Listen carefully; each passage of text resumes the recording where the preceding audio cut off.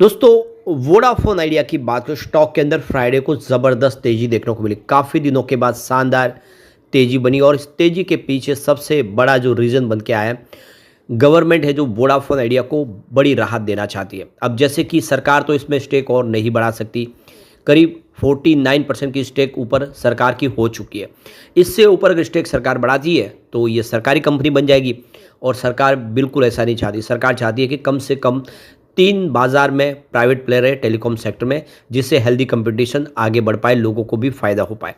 तो ऐसे में उन्होंने एक नए निवेशक की तलाश शुरू की है सरकार की तरफ से, जो आने वाले समय में वोडाफोन आइडिया के अंदर निवेश करे और हिस्सेदारी ले। तो इसी को लेकर एक पॉजिटिव माहौल बना और इसके अलावा वोडाफोन आइडिया ने अपनी सर्विस और आगे बढ़ा दी है 5G की। लगातार बहुत सारे शहरों में अब 5G सर्विस शुरू हो रही है, यानी जो प्रॉब्लम है उससे निपटारे की तैयारी हो रही है। तो इन सारी बातों ने एक पॉजिटिव माहौल बनाया। तो क्या है आगे की संभावना और पूरी अपडेट क्या उसको जानेंगे, और वोडाफोन आइडिया का क्या बयान निकल कर आया इस खबर के बाद उसको भी समझेंगे इस वीडियो के माध्यम से। लेकिन फ्रेंड्स, उससे पहले अगर आप पहली बार हमारे चैनल पे आए तो चैनल को सब्सक्राइब कर दीजिए, एक बेल आइकॉन दबा दीजिए ताकि जब भी नया वीडियो बने पहला नोटिफिकेशन आपको मिले। वीडियो पसंद आए तो लाइक से जरूर कीजिए। चलो फ्रेंड्स, वीडियो स्टार्ट करते हैं। मैं हूँ आपका दोस्त एसबी दवे और हमारे अपने चैनल ऑनलाइन कमाई में आपका बहुत बहुत स्वागत है। तो सबसे पहले वोडाफोन आइडिया के कारोबार की बात करें तो 7.25 पर क्लोजिंग देखने को मिली फ्राइडे को, जहाँ पे 9.68% की तेज़ी थी। तो ये देख सकते हो कि इंट्राडे में हल्की सी गिरावट भी हुई थी कुछ समय के लिए, क्योंकि क्लोजिंग गुरुवार की 6.61 पे थी और 6.60 तक चला गया था फ्राइडे को। लेकिन जैसे खबर निकल के आने लगी कि सरकार कुछ बड़ा कदम उठा रही है, यहाँ पे शानदार तेज़ी का वातावरण बन गया। तो इकोनॉमिक टाइम्स में जो रिपोर्ट निकल कर आई है उसके अनुसार सरकार वोडाफोन आइडिया में 8,800 करोड़ रुपये का रणनीतिक निवेश करना चाहती है। यानी सरकार 8,800 करोड़ का एक बड़ा निवेश वोडाफोन आइडिया में लाना चाहती है। तो ये देख लो कि आदित्य बिरला ग्रुप और यूके के वोडाफोन के पास विकल्प है कि वो अपना कुछ हिस्सा बेच दे। अब सरकार तो अपनी हिस्सेदारी कम नहीं करेगी, उनको तो यहाँ पे देखिए 49% के बॉर्डर पे उन्होंने अपनी हिस्सेदारी रखी हुई है। लेकिन अभी दोनों प्रमोटर अपनी हिस्सेदारी कुछ कम कर सकते हैं, वो हिस्सेदारी बेचेंगे और नया एक निवेशक कंपनी के अंदर आ सकता है। अब जिससे सरकार को भी कुछ राहत मिल जाए, कुछ समय मिल जाएगा, इस टेलीकॉम कंपनी में अपना निवेश जारी रखेंगे और इसकी मदद करेंगे, क्योंकि बहुत भारी कर्ज है इसके ऊपर, कंपनी के ऊपर, उसको चुकाना है। सरकार भी बहुत सारा पैसा इस समय लेना चाहती है वोडाफोन आइडिया से, कर्ज बहुत बड़ा है। तो लेकिन इस पूरे मसले को लेकर वोडाफोन आइडिया ने जो एक्सचेंज को जानकारी दी उसमें कहा है कि उन्हें सरकार की तरफ से ऐसा कोई निर्देश नहीं मिला है अभी। यानी ये जो खबर निकल कर आई इकोनॉमिक टाइम्स की तरफ से, उसकी तरफ से भी वोडाफोन आइडिया ने अपनी तरफ से ये जवाब दिया है कि फिलहाल सरकार ने हमें कोई निर्देश नहीं दिया कि कुछ सरकार ऐसी कोशिश कर रही है। लेकिन जैसे कि खबर निकल के आ रही है तो इसका बिल्कुल कुछ ना कुछ तो ग्राउंड तैयार हो रहा होगा। तो इकोनॉमिक टाइम्स की जो रिपोर्ट में गुरुवार को बताया गया था कि केंद्र सरकार वोडाफोन आइडिया में एक रणनीतिक निवेशक लाने की तैयारी कर रही है। ये निवेशक वोडाफोन आइडिया में करीब $1 अरब यानी 8,800 करोड़ रुपये का निवेश करके कंपनी की 12 से लेकर 13% की हिस्सेदारी खरीद सकता है। यानी एक तरह से वो प्रमोटर के तौर पर कंपनी में जुड़ेंगे और अपना जो एक्सपीरियंस है वो भी यहाँ पे लाएंगे, जिससे कंपनी के अंदर जो प्रॉब्लम है उसको निकाला जा सके।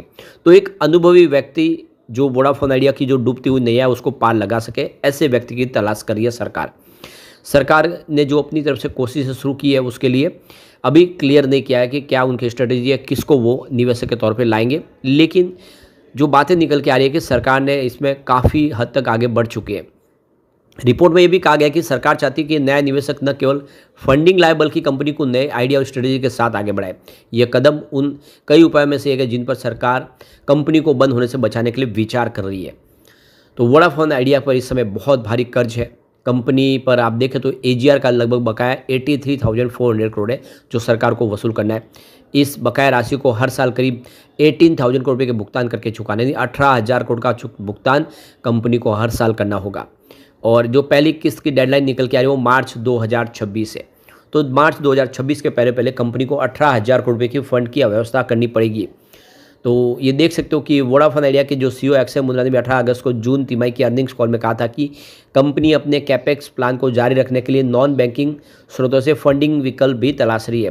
कंपनी ने सरकार से औपचारिक रूप से एजीआर मामले में मार्च 2026 की डेडलाइन से पहले उसको मामले को सुलझाने की अपील भी की है। यानी सरकार से मदद मांगी है कि आप कुछ राहत दे दें, और या तो आप देखिए EGR माफ़ न करें तो उसकी जो आप देखें किस्त है उसको कम कर दे। इतना बड़ा रकम एक साथ चुकाना बड़ा मुश्किल है कंपनी के लिए। 18,000 करोड़ की रकम वोडाफोन इस समय इस स्थिति पे नहीं चुका सकता। उनको अपनी 5G सर्विस को भी शुरू करना है। सभी जगह पे अभी 5G डिप्लॉयड करने के लिए बहुत सारा पैसा चाहिए।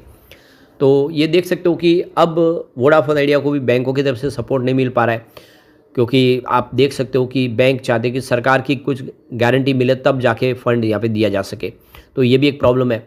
अब प्रॉब्लम ये सबसे बड़ी बात ये है कि वोडाफोन आइडिया कंपनी बंद होने का मतलब ये कि करीब 18,000 से ज़्यादा जो कर्मचारी है वो बेरोजगार हो जाएंगे। सरकार ऐसा बिल्कुल नहीं चाहेगी, और इसीलिए सरकार कोशिश कर रही है कि किसी भी तरह से वोडाफोन आइडिया को इस मुसीबत से बाहर निकाले।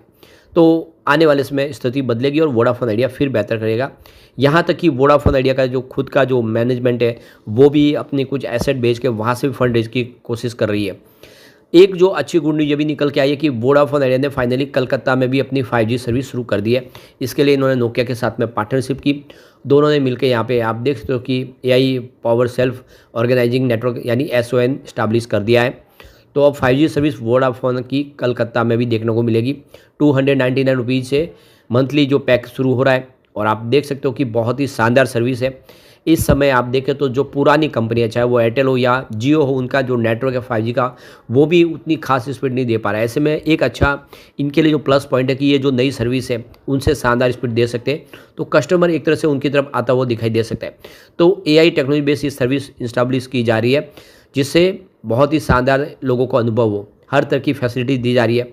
तो अब बहुत सारे जो शहर है वो इस कवर में आ चुके हैं। इससे पहले दिल्ली, मुंबई वगैरह में, गुजरात के अंदर बहुत सारी सिटीज़ में सर्विस शुरू हो चुकी है, जो अब कह रहे हैं कि आने वाले समय वोडाफोन आइडिया के दिन पलट सकते हैं। तो ऐसे में हम कह सकते हैं कि आने वाला जो समय होगा वोडाफोन आइडिया के लिए बेहतर होगा। इसके अलावा अगस्त महीने के हमारे सामने म्यूचुअल फंड के भी आंकड़े निकल गए आ चुके हैं। अगस्त महीने में वोडाफोन आइडिया में म्यूचुअल फंड ने खरीदारी की है, यानी एक शुभ सिग्नल वहाँ से भी दिखाई दे रहा है। तो करीब 5 म्यूचुअल फंड ने फ्रेश इन्वेस्टमेंट किया है वोडाफोन आइडिया में। इसका मतलब ये कि इस लेवल पे गिरावट का फ़ायदा उठा के म्यूचुअल फंड ने खरीदारी शुरू कर दी, और म्यूचुअल फंड को भी लगता है कि जो स्टॉक एक समय 130 रुपये के आसपास था, वो स्टॉक अगर 6 रुपये 7 रुपये के आसपास है तो ये बहुत ज़्यादा कम है कौड़ियों के भाव में। इससे बढ़ेगी जरूर कीमत, इसीलिए यहाँ पे खरीदारी शुरू हो चुकी है। एक ही ऐसा म्यूचुअल फंड है जिन्होंने अपनी होल्डिंग को ट्रिम किया, तो ये क्लियरली सिग्नल है कि खरीदारी बहुत ज़्यादा हो रही है। सिर्फ एक म्यूचुअल फंड ने बिकवाली किया, सामने 5 म्यूचुअल फंड का निवेश इस बात को साबित कर रहा है कि आने वाले समय वोडाफोन में स्थिति बदलेगी। यहाँ पे करीब 8,39,723 शेयरों की अदला बदली होती हुई दिखाई देगी। तो कुल मिला के उम्मीद बहुत ज़्यादा है आने वाले समय स्थिति बदलेगी और वोडाफोन आइडिया फिर से प्रॉब्लम से बाहर निकलता हुआ दिखाई दे सकता है। लेकिन फ्रेंड्स, कोई भी इन्वेस्टमेंट करने से पहले अपने फाइनेंशियल एडवाइजर से एडवाइस ले लें या अपना खुद का रिसर्च करें, क्योंकि मैंने वीडियो आपके एजुकेशनल पर्पज़ के लिए ही बनाया। वीडियो पसंद आए तो लाइक से जरूर कीजिए और चैनल को सब्सक्राइब कर दीजिए। Thank you friends.